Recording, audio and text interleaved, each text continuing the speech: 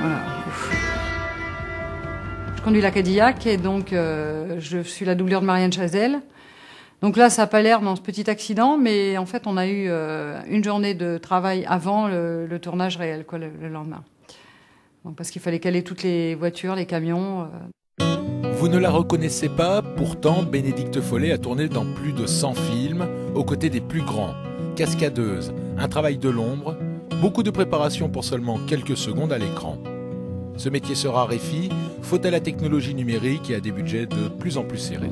On arrive souvent à ne plus voir de cascades dans les films parce qu'ils n'ont plus de moyens, surtout en France. Donc c'est pour ça que ces dernières années, bon, à part quelques séries télévisées, c'était beaucoup plus des tournages américains que des films français où ils n'ont pas de moyens comme on les avait avant.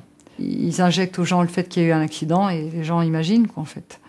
Donc, et ça évite. Ou alors on dit c'est passé ça et on ne montre pas, quoi, en fait.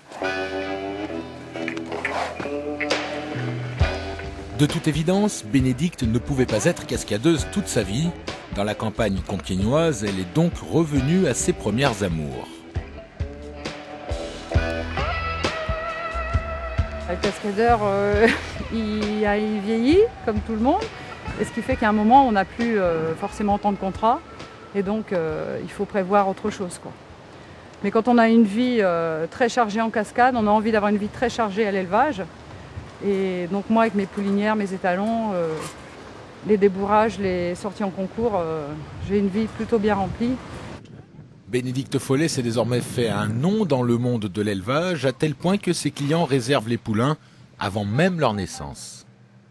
Après, bon, on espère que la personne qui va l'acheter va pouvoir bien le valoriser. Parce qu'après, il y a le cheval, donc il y a les qualités intrinsèques du cheval, mais après, il y a ce que le cavalier va lui apporter. On vit sur la génétique, sur ce qu'ont fait les frères et sœurs, les parents, donc pour se donner une idée de ce qu'il pourra être capable de faire.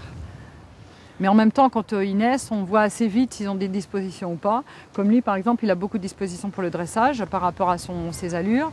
Bon, qu'on ne voit pas forcément là en pâture, mais sur du plat, il est exceptionnel, donc qui vient de son père. Et donc, on sait qu'il peut travailler dans les 3 disciplines, donc là, c'est un plus, quoi. Donc c'est pour ça que c'est mon intérêt de le garder pour le faire approuver étalon. Ambre, ce sel français de 16 mois, et Bakir, pur sang arabe noir de tout juste 4 mois et demi, sont les produits de l'élevage et son avenir. Leur destin est déjà tracé. Ils sont les futurs étalons de Bénédicte Follet.